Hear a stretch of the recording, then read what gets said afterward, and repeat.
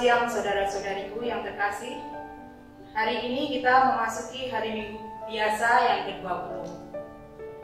Renungan harian Epata akan dipersembahkan oleh Romo Ricardus Selan OEN.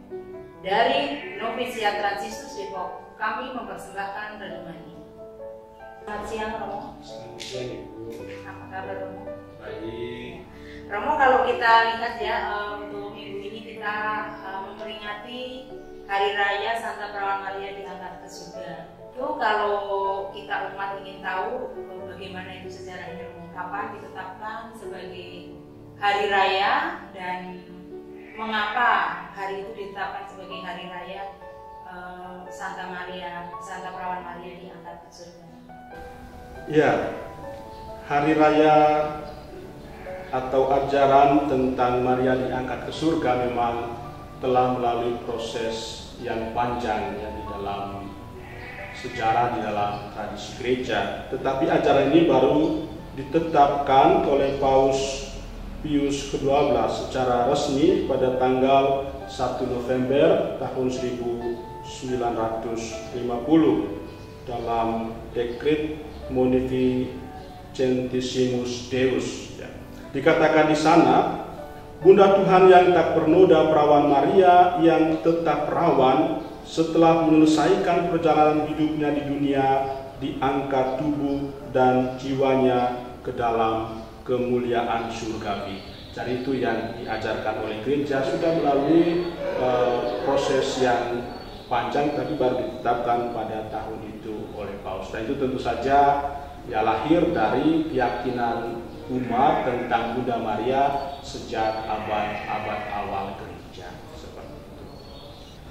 Ya, dari peristiwa ini, peristiwa Maria diangkat ke surga ya, dari ajaran Paus ini, kita gereja menetapkan ini sebagai buah dari kesetiaan Bunda Maria yang ya, kalau kita melihat Bunda Maria telah mengambil bagian secara sempurna ya dalam seluruh misteri Tuhan kita Yesus Kristus. Bunda Maria telah mengambil bagian secara sempurna, secara penuh.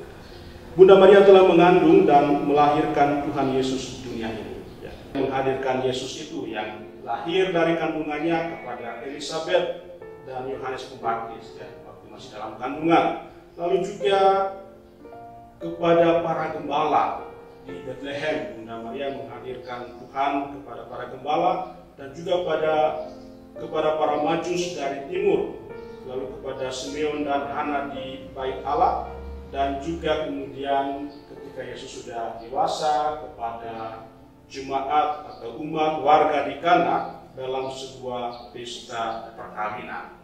Bunda Maria telah menghadirkan Kristus itu juga dalam ya, seluruh hidupnya, dan tentu saja kepada kita umat beriman sampai saat ini sepanjang zaman ya, Bunda Maria juga menghadirkan bagi kita putranya sendiri, Tuhan kita Yesus Kristus. Lalu Bunda Maria juga dia amat setia dalam mengikuti Tuhan Yesus, baik dalam karya maupun juga dalam pengajarannya. Bunda Maria juga selalu setia mengikuti Yesus di dalam salib ya. Di dalam salib Bunda Maria juga mengikuti, tetap berdiri di bawah salib dan menerima Yesus yang telah wafat di pangkuannya. Sampai pada hari Pentakosta ia tetap setia menemani murid-murid Yesus untuk menerima anugerah Roh Kudus, dan Maria menerima anugerah diangkat ke surga ya, ditetapkan oleh gereja justru karena kesetiaannya dalam menghadirkan Kristus, dan juga karena Bunda Maria senantiasa bersama dengan Kristus sepanjang hidup. Nah, itu kira-kira latar belakang mengapa ajaran tentang Bunda Maria diangkat ke surga ini ditetapkan oleh gereja. Tentu saja sejarahnya begitu panjang ya. Keyakinan itu telah hadir dalam jemaat beriman sejak abad-abad awal, tapi baru kemudian ditetapkan secara resmi oleh gereja. Dan Maria adalah satu-satunya umat manusia yang naik ke surga berikut raganya ya Romo. Ya, itu yang kita yakini ya, sebagai umat beriman kita yakini dalam iman Bunda Maria diangkat ke surga, diangkat tubuh dan jiwanya dalam kemuliaan surga. Ini untuk peringatan Hari Raya Santa Perawan Maria diangkat ke surga. Bagi kita mungkin Maria itu adalah selain sosok seorang perawan, dia juga seorang ibu, seorang pendamping di segala keluh kesah kita selalu bersujud meminta pertolongan Bunda Maria. Ya. Memang ya, penghormatan kita sebagai umat beriman, umat Katolik kepada Bunda Maria amat besar, karena kita sebagai umat beriman kita belajar dari kesetiaan, dari teladan Bunda Maria. Bunda Maria kita melihat dia memberikan dirinya kepada Tuhan, dan dengan rendah hati dia mengikuti kehendak Tuhan sendiri. Dan ya, Bunda Maria sungguh menjadi teladan yang sempurna sebagai orang beriman.